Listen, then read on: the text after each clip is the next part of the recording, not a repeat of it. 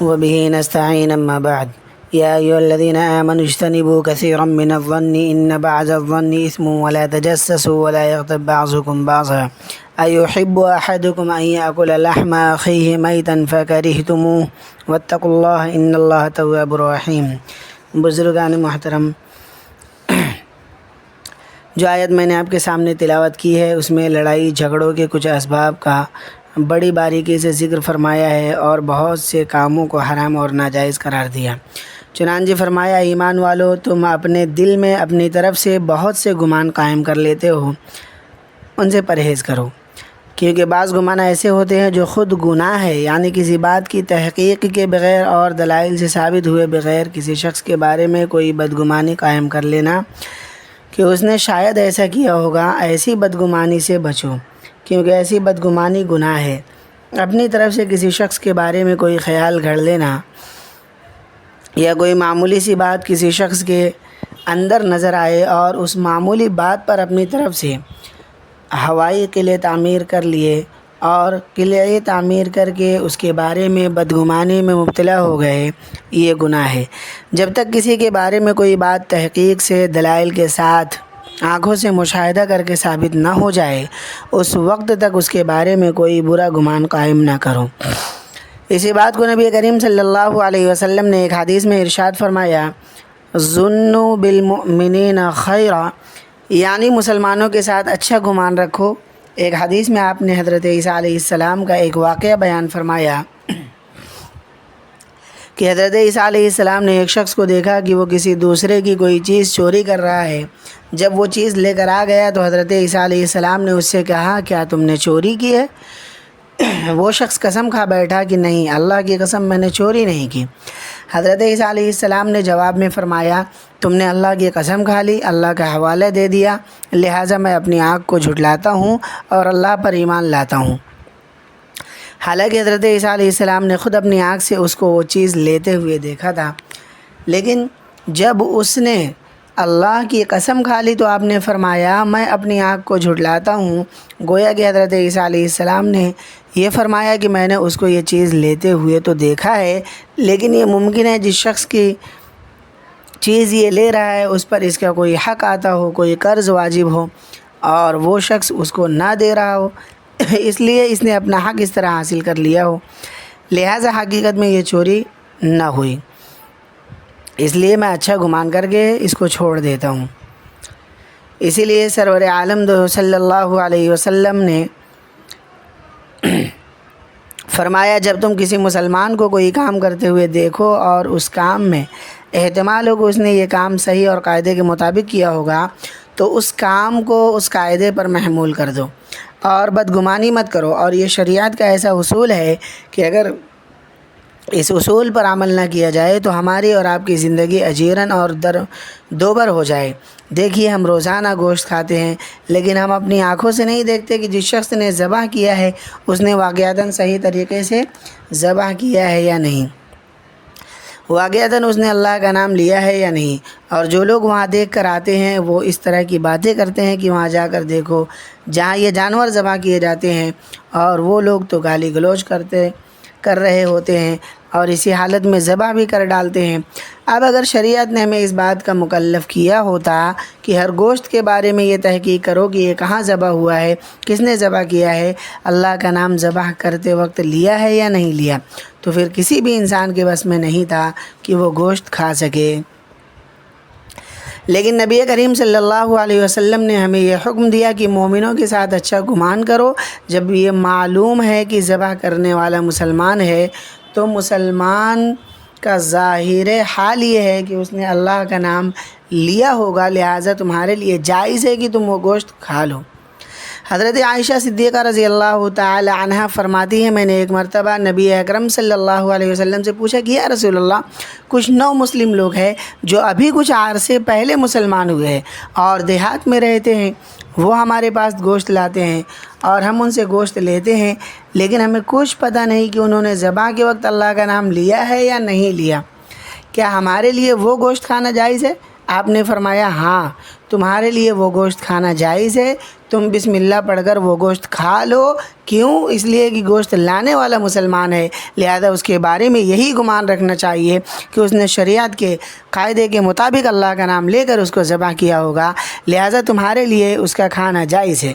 لہذا شریعت نے اس حد تک مسلمانوں کے ساتھ خوش گمانی کا حکم دیا ہے۔ ہاں اگر ایک آدمی تمہاری آنکھوں کے سامنے ایک جانور ذبح کر رہا ہے اور اس پر اللہ کا نام نہیں لیا، تو بے شک اس وقت تمہارے لیے جائز ہے کہ اس کا گوشت نہ کھاؤ، لیکن جب تک تم نے اپنی آنکھوں سے نہیں دیکھا اور لانے والا مسلمان ہے تو حکم یہ ہے کہ تم اس کے ساتھ اچھا گمان کرو اور یہ سمجھو کہ اس نے شریعت کے قاعدے کے مطابق ذبح کیا ہوگا۔ اس حد تک شریعت نے مسلمانوں کے ساتھ خوش گمانی کا حکم دیا ہے۔ اسی طرح اور معاملات میں بھی بعض اوقات ہم لوگ تحقیق کے بغیر کسی کے بارے میں بدگمانی کر کے بیٹھ جاتے ہیں، یہ حرام اور ناجائز ہے۔ قرآن کریم کا ارشاد ہے ان بعض الظن اسم، یعنی بعض گمان گناہ ہوتے ہیں۔ مثلاً کسی آدمی کے ہاں آپ نے دیکھا کہ اس کے پاس 2 روپے پیسے کی ریل پیل ہو گئی ہے، آپ نے دیکھا کہ اس کے پاس پیسے کی ریل پیل ہو گئی، یعنی بہت پیسے اس کے پاس ہو گئے، اس کی زمینیں اور جائیدادیں ہو گئی ہے۔ اب تحقیق اور دلیل کے بغیر آپ بدگمانی کرنے لگے کہ اس کے پاس کہیں سے حرام کا پیسہ آ رہا ہے اور حرام خوری کر کے یہ جائیدادیں اور زمینیں بنا رہا ہے، یہ بدگمانی کرنا آپ کے لیے جائز نہیں۔ جب تک یقین کے ساتھ یہ معلوم نہ ہو جائے کہ اس شخص نے واقعتاً رشوت لی ہے یا اس شخص نے کوئی حرام کام کیا ہے، جب تک یقینی دلیل سے معلوم نہ ہو جائے اس وقت تک محض بدگمانی کر کے رائے قائم کر لینا صحیح نہیں۔ یہ واقعہ بکثرت گھروں میں پیش آتا ہے کہ گھر میں کوئی چیز گم ہو گئی اور اب تلاش کر رہے ہیں اور وہ چیز نہیں مل رہی ہے۔ ایسے موقع پر عموماً گھروں میں جو کام کرنے والے ملازم اور نوکر ہوتے ہیں ان کی طرف دھیان جاتا ہے کہ انہوں نے لی ہوگی۔ اب بدگمانی کر کے یہ یقین کر بیٹھنا کہ انہوں نے وہ چیز لی ہوگی یہ جائز نہیں۔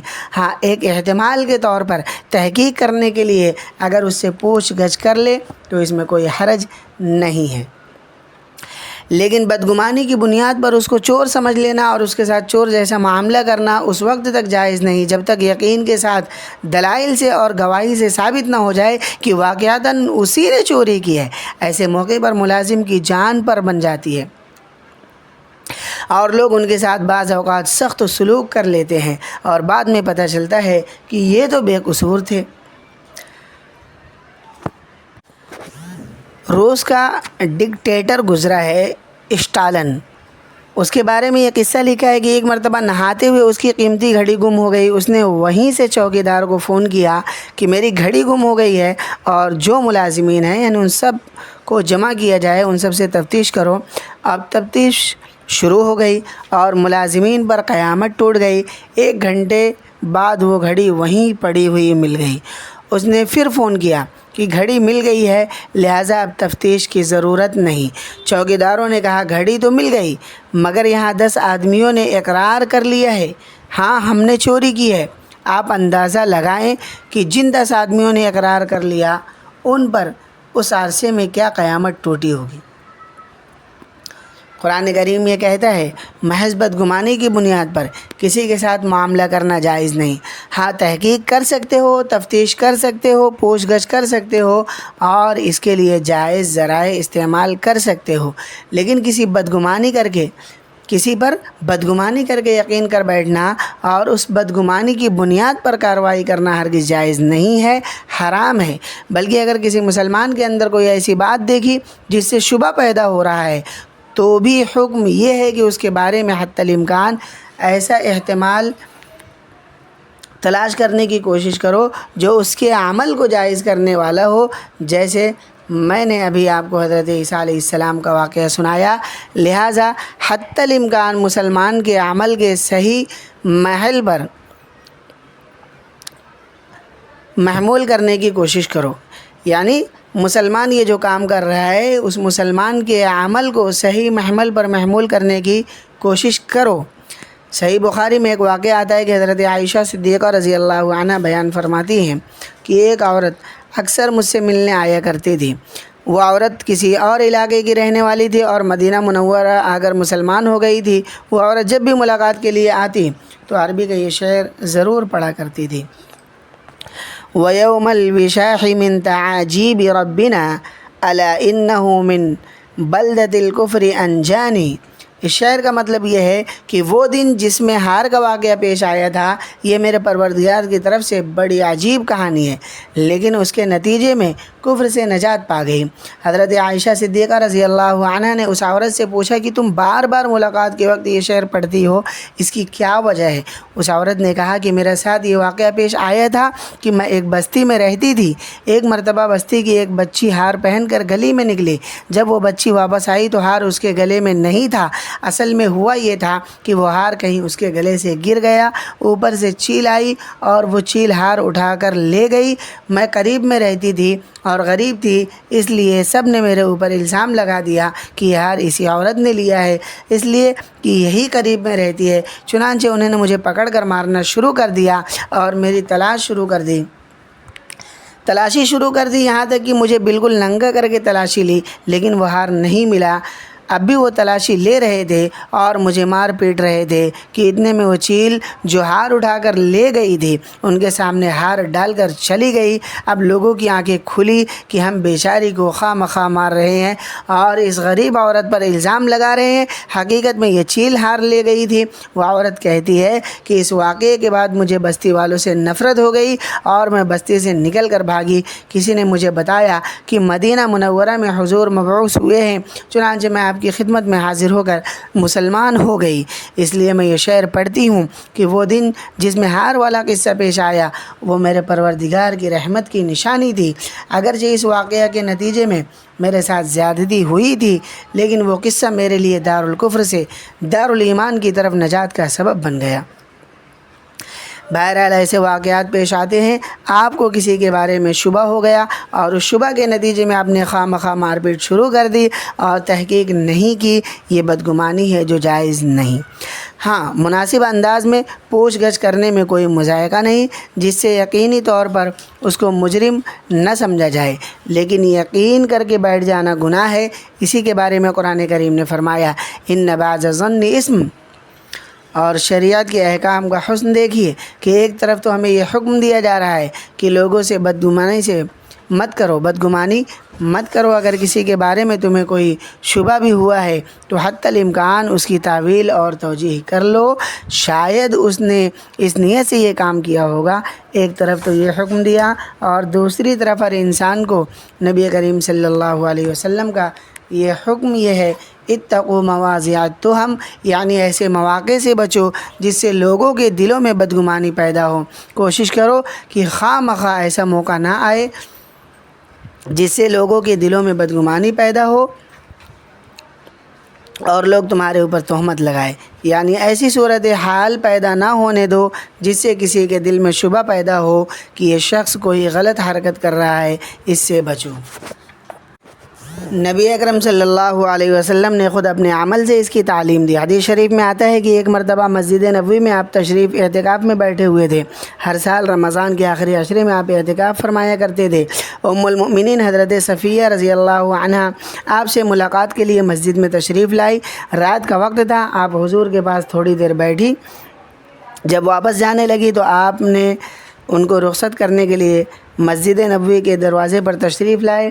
اس عمل کے ذریعے آپ نے یہ بتا دیا کہ بیوی کا بھی ادب اور احترام اور اکرام اور اس کی عزت کرنی چاہیے، اس لیے کہ حضور صلی اللہ علیہ وسلم دروازے تک پہنچانے کے لیے تشریف لائے۔ جب دروازے پر پہنچے تو چونکہ رات کا وقت تھا اور اندھیرا تھا، اس وقت قریب سے 2 صحابہ گزر رہے تھے۔ آپ نے زور سے پکار کر ان صحابہ سے کہا کہ یہ خاتون جن کو میں رخصت کر رہا ہوں یہ میری زوجہ صفیہ ہے۔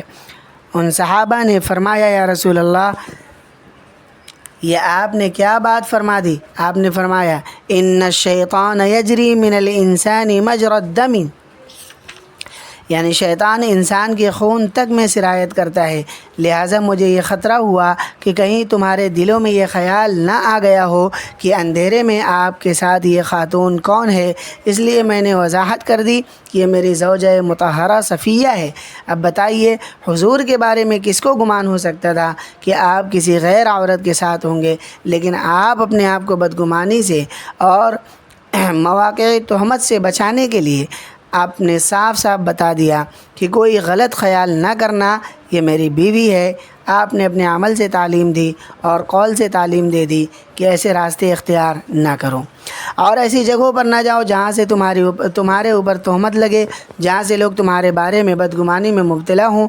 ایسی جگہوں پر مت جاؤ، چاہے تم کسی مقصد کے لیے گئے ہو لیکن وہاں پر کھڑے کھڑے لوگوں نے تمہیں دیکھ لیا، معاذ اللہ۔ فرض کرو کوئی رقص گاہ ہے جہاں عریانی فحاشی کا بازار گرم ہے، چاہے آپ وہاں کسی اور مقصد سے گئے ہوں، لیکن جو شخص بھی آپ کو وہاں کھڑا دیکھے گا تو اس کے دل میں شبہ پیدا ہوگا، لہذا ایسے مواقع پر مت جاؤ جہاں تہمت لگنے کا احتمال ہو۔ اسی لیے فرمایا جہاں آپس میں روپے پیسے کے لین دین کا معاملہ ہو وہاں حسابات صاف رکھو، چاہے معاملہ کرنے والے بھائی بھائی کیوں نہ ہو، اور لکھت پڑھت کے ساتھ رکھو اور اس بات کا موقع نہ آنے دو کل کو آپس میں بدگمانی ہو جائے اور جھگڑا ہو جائے۔ بعض اوقات یہ ہوتا ہے کہ جب معاملہ کرنے والے بھائی بھائی ہیں اور آپس میں محبت سے رہ رہے ہیں اس وقت تو کوئی خیال نہیں آتا، لیکن جب بڑے ہو جاتے ہیں، شادیاں ہو جاتی ہیں، اولادیں آ جاتی ہیں، اس وقت پھر خیال آتا ہے کہ ہم نے حساب کتاب تو کیا نہیں تھا، پتہ نہیں ہمارا بھائی کتنا کھا گیا، بعد میں بدگمانیاں پیدا ہو جاتی ہے۔ اس لیے فرمایا ایسے مواقع سے بچو۔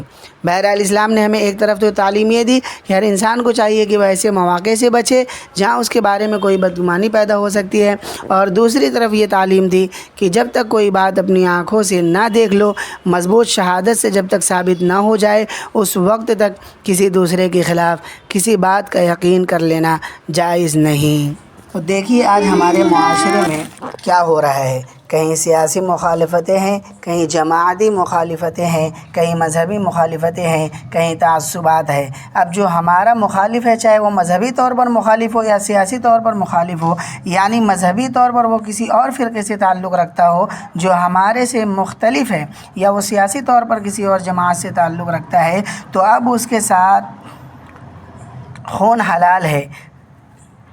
جو چاہے اس کے بارے میں کہو، جو چاہو اس پر الزام لگاؤ، جو چاہو اس پر بدگمانی قائم کر لو۔ یہ چیز آج ہمارے معاشرے میں سرایت کر چکی ہے کہ فلاں شخص تو اتنے لاکھ روپے کھا گیا اور فلاں شخص اتنے لاکھ روپے لے کر یہ کام کر گیا۔ اگر پوچھا جائے کہ تمہارے پاس کوئی دلیل ہے تو جواب میں کہتے ہیں کہ یہ بات سب لوگوں میں مشہور ہے، اب کوئی دلیل اور کوئی ثبوت موجود نہیں، محض بدگمانی کی بنیاد پر اس طرح کے جملے چلتے کر دیے جاتے ہیں اور اس کو بدنام کر دیا جاتا ہے۔ مثلا ہر شخص اپنے بارے میں یہ فرض کرے کہ آپ کے بارے میں کسی شخص نے لوگوں میں یہ بات اڑا دی یا افواہ پھیلا دی، آپ نے اتنے پیسے کھا کر اپنا ضمیر بیچا ہے یا رشوت کھائی ہے، اور حقیقت میں آپ نے رشوت نہیں کھائی، تو اب آپ پر اور آپ کے دل پر کیا گزرے گی؟ اور جب لوگوں نے یہ الزام لگایا اور آپ کے سر یہ جھوٹ باندھا، ان کے خلاف آپ کے دل میں نفرت اور عداوت پیدا ہوگی یا نہیں؟ ظاہر ہے یہ عمل نفرت اور عداوت پیدا کرنے کا مضبوط ذریعہ ہے، اور جب کبھی آپ کو موقع ملے گا تو آپ اس سے بدلہ لینے کی کوشش کریں گے، اور جن لوگوں نے آپ کو تکلیف پہنچائی ہے آپ ان کو تکلیف پہنچانے کی کوشش کریں گے۔ یہ صورتحال آج ہمارے معاشرے میں پھیلی ہوئی ہے، جس کے نتیجے میں دلوں میں نفرتیں ہیں، عداوتیں ہیں، بغض و عناد ہے، اور ایک لامتناہی سلسلہ چلا جا رہا ہے۔ اس کی وجہ یہ ہے کہ ہم نے قرآن کریم کے اس حکم کو پس پشت ڈالا ہوا ہے، وہ یہ ہے کہ یا ایھا الذین آمنوا اجتنبوا کثیرا من الظن، اے ایمان والو تم جو بہت سے گمان کرتے رہتے ہو اس سے احتراز کرو، اس سے پرہیز کرو، اس لیے کہ بعض گمان گناہ ہوتے ہیں، لہٰذا ان گناہوں سے پرہیز کرو۔ یہ پہلا حکم ہے جو اس آیت میں دیا ہے۔ اسی آیت کریمہ میں آگے اسی سلسلے کی کچھ اور احکام بھی ہے جو انشاءاللہ آئندہ بیان کیا جائے گا۔ وآخر دعوانا الحمد للہ رب العالمین۔